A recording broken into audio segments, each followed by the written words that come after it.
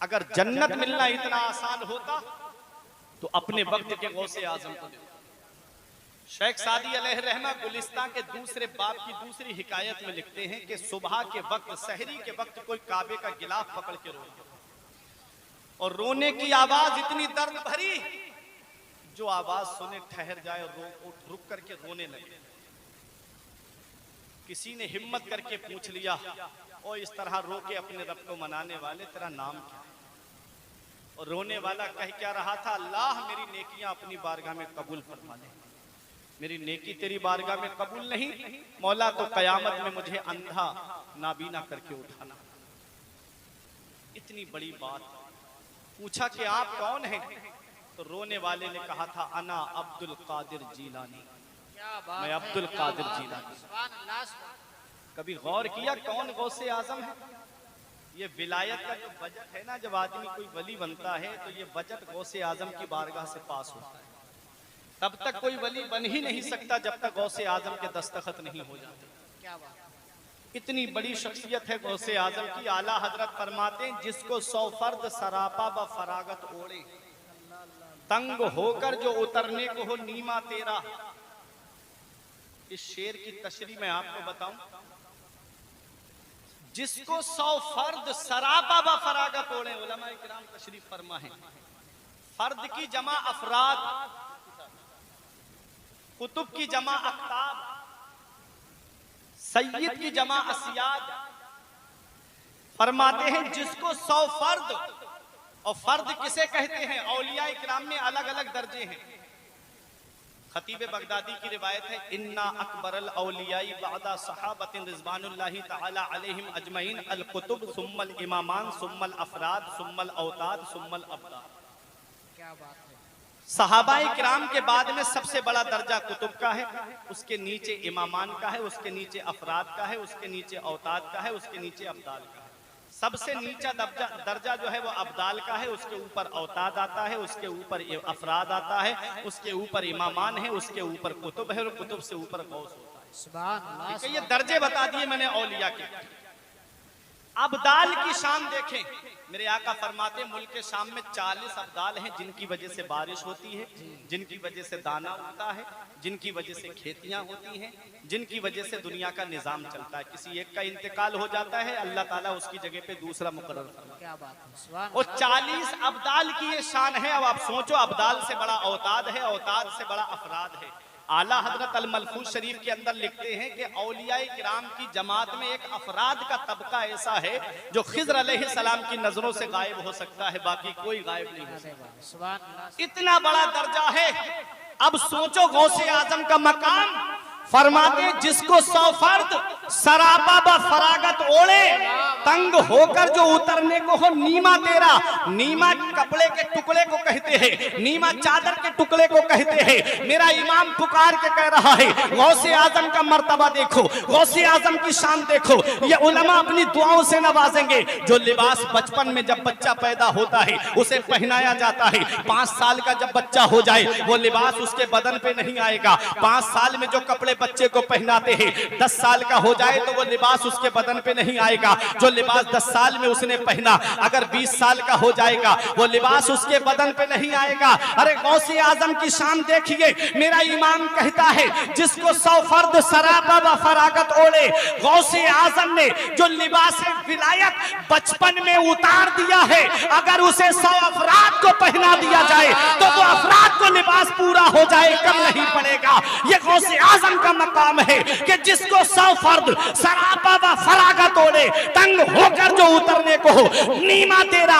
और शुक्र के जोश में जो है वो तुझे क्या जाने, खिज़र के होश से पूछे कोई रुतबा दे। नारे तकबीर, नारे रिसालत, ताजदारे हरम कॉन्फ्रेंस, मसलके आला हजरत मुफ्ती फुरकान रजा साहिब किबला मंजरी, मुफ्ती फुरकान रजा साहिब किबला मंजरी। नारे तकबीर, नारे रिसालत। सुभान अल्लाह। वो गौसे आजम, वो गौसे आजम जो तमाम वलियों के सरदार है, वो गौसे आजम खिलाफे काबा पकड़ के रोके कह रहे हैं मौला मेरी नेकियां कबूल फरमा ले, मौला मेरे नेक अमाल अपनी बारगाह में कबूल फरमा ले, मेरी नेकियां तेरी बारगाह में कबूल नहीं तो मौला कयामत में मुझे नाबीना करके उठाना।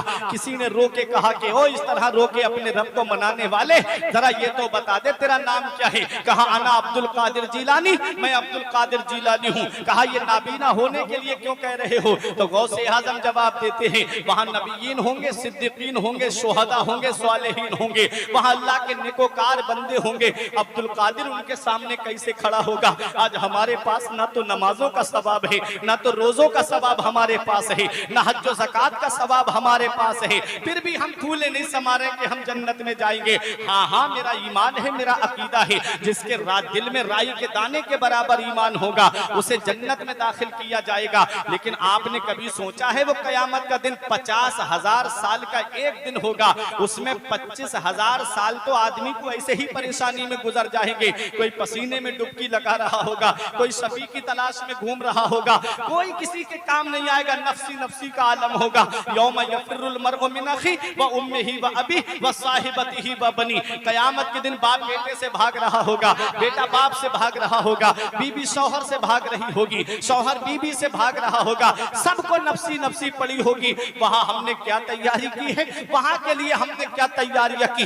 दुनिया में रह करके एक दूसरे का हक मार करके दुनिया से चले गए। कभी सोचा है मरने के बाद हमारा हाल क्या होगा? सूद का कारोबार करके दुनिया से चले गए, बताओ सोचा है कि कब्र में हमारा क्या हाल होगा? जुआ खेल करके दुनिया से चले गए, सोचा है कब्र में क्या हाल होगा? आओ इसीलिए आज मुसीबतों के पहाड़ जो मुसलमानों पे तोड़े जा रहे हैं, जो आज जो रोना रोया जा रहा है कि मुसलमान सताए जा रहे हैं, मुसलमानों की कोई सुनने वाला नहीं, मुसलमानों से कोई बात करने वाला नहीं। मैं एक हदीस पाक पढ़ता हूं और पूरी तकरीर उसी हदीस का तर्जमा करके अपनी जगह बैठ जाऊंगा। आज जो हम मुसीबतों के दलदल में फंसे हुए हैं, आज जो मुसीबतों के पहाड़ हम पे तोड़े जा रहे हैं, आज हमने कभी गौर किया? जब भी कहता हूं या अल्लाह मेरा हाल देख, हुक्म होता है अपना नाम आमाल देख। हमारे नाम आमाल में कोई ऐसी नेकी नहीं रही जिस पे हम सीना तान के कहें कि हम जन्नत में जाएंगे। मेरा रब कादिर मुतलक है, रब मेरा अहकमुल हाकिमीन है, मालिक अलल इतलाक है। मेरा रब चाहे तो गुनाहगार से गुनाहगार इंसान को जन्नत अता फरमा दे। उसने कुछ कुयूद बनाए हैं, उसने कुछ हुदूद कायम फरमाए हैं, हमको उन हुदूद के अंदर रहना है। आओ मैं एक हदीस पाक सुनाता हूँ, बहुत गौर से सुनना। रविदास नगर महिला के जिंदा दिल मुसलमानों और ताजदारे हरम कॉन्फ्रेंस में आने वालों, ये उलमाए किराम तशरीफ फरमा है। ये हदीस तिरमिजी शरीफ के बाबुल फितन के अंदर मौजूद है। आका इरशाद फरमाते हैं, इस हदीस के रावी मौला अली शेरे खुदा हैं। आका फरमाते हैं अन अली इब्ने अबी तालिब काला काला रसूलुल्लाह सल्लल्लाहु अलैहि वसल्लम इज़ा फ़अलत उम्मती बिखम्सा अशरा खसला हल्ला बिहल बलाउ। हजरत अली शेरे खुदा कहते हैं मदीने वाले मुस्तफ़ा ने इरशाद फरमाया, जिस दिन मेरी उम्मत में 15 खसलतें आएंगी, जिस दिन मेरी उम्मत में 15 आदतें आ जाएंगी, जिस दिन मेरी उम्मत में 15 आदतें आ जाएंगी, हल्ला बिहल बलाउ, चारों तरफ से मुसीबत घेर लेगी, चारों तरफ से उन्हें परेशानी घेर लेगी। आज जो हम चारों तरफ से मुसीबतों में घिरे हुए हैं, कभी हमने अपने नामे आमाल में झांक करके नहीं देखा कि आज हमारे मुआशरे में खराबियां क्या क्या पाई जाती हैं। आज 10-12 लोगों की फैमिली मेरे घर में, कभी दिल में ख्याल नहीं आता कि आज सब लोग बैठ के कुरान की तिलावत कर लें। आज 15-20 लोगों का परिवार मेरे घर में, कभी दिल में ख्याल नहीं आता कि आज सब लोग नबी पे दुरूद शरीफ पढ़ें। वही हर वक्त फिल्मों की बातें, वही हर वक्त गानों की बातें, इसने मेरे घर की बरकतों को खत्म कर दिया। आज हमारे घर से सुकून को खत्म कर दिया। मदीने वाले मुस्तफा फरमाते हैं इज़ा फ़अलत उम्मती बिखम्सा अशरा खसला, जिस दिन मेरी उम्मत में 15 आदतें आ जाएंगी, हल्ला बिहल बलाओ, चारों तरफ से उन्हें मुसीबत घेरेगी। कीला वमा हुन्ना या रसूल अल्लाह, सहाबा ने अर्ज किया या रसूल अल्लाह वो 15 खसलतें क्या हैं, आदतें क्या हैं? आका इरशाद फरमाते हैं इज़ा कानल मगनमो दुवला व ज़कातो मगरमा वल अमानतो मगनमा।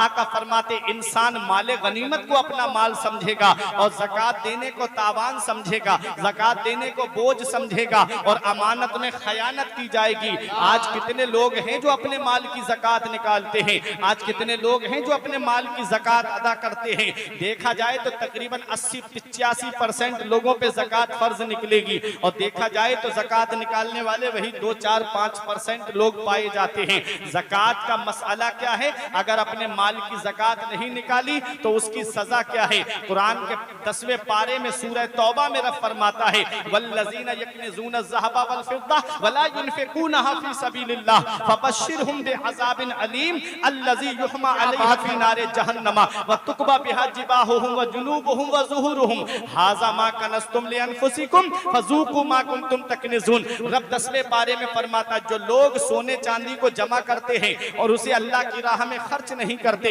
यानी उसकी ज़कात नहीं निकालते, तो उनको दर्दनाक अजाब की खुशखबरी सुना दो। जिस दिन उस माल को जहन्नम की आग में तपाया जाएगा और उससे करवटें दागी जाएंगी, चेहरे दागे जाएंगे, पीठे दागी जाएंगी। आज अगर दागने का मामला समझना है तो 10 रुपए का सिक्का आग के अंदर रखना और जब वो लाल हो जाए तो निकाल के उसको हथेली पे रख करके देखना क्या इस आग की जलन को बर्दाश्त कर पाओगे। जब इस आग की जलन को बर्दाश्त नहीं कर पाओगे तो उस जहन्नम की आग से डरो जहां ये दुनिया की आग को रहमत के पानी से 70,000 मर्तबा धो करके निकाला है। जहन्नम की आग तो काली है, उस जहन्नम की आग से डरो। जो लोग सोने चांदी को जमा करते उसे अल्लाह की राह में खर्च नहीं करते, यानी ज़कात नहीं निकालते, तो उस माल को जहन्नम की आग में तपाया जाएगा। उससे चेहरे दागे जाएंगे, करबटे दागी जाएंगी, उससे पीठे दागी जाएंगी। वो माल कहेगा हाज़ा मा कनज़्तुम लिअन्फ़ुसिकुम, मैं तेरा वही माल हूं जिसे तूने दुनिया में जमा किया था। फ़ज़ूक़ू मा कुन्तुम तकनिज़ून, तो उसका मजा चखो जिसे तुमने दुनिया में जमा किया। अल्लाह अकबर, अल्लाह। माल किस लिए जमा किया जाता है? ताकि मेरी जिंदगी सुकून से गुजरे, मेरी औलाद की जिंदगी सुकून से गुजरे। उस माल की ज़कात नहीं निकाली, वही माल क़यामत के दिन हमको जहन्नम में ले जाने का जरिया बन गया। क्या अच्छा होता कि माल की ज़कात निकालते। आका फरमाते जिस दिन मेरी उम्मत में 15 खसलतें आएंगी, चारों तरफ से मुसीबत घेरेगी। माल गनीमत को अपना माल समझा जाएगा, ज़कात देने को तावान समझा जाएगा, अमानत में खयानत की जाएगी,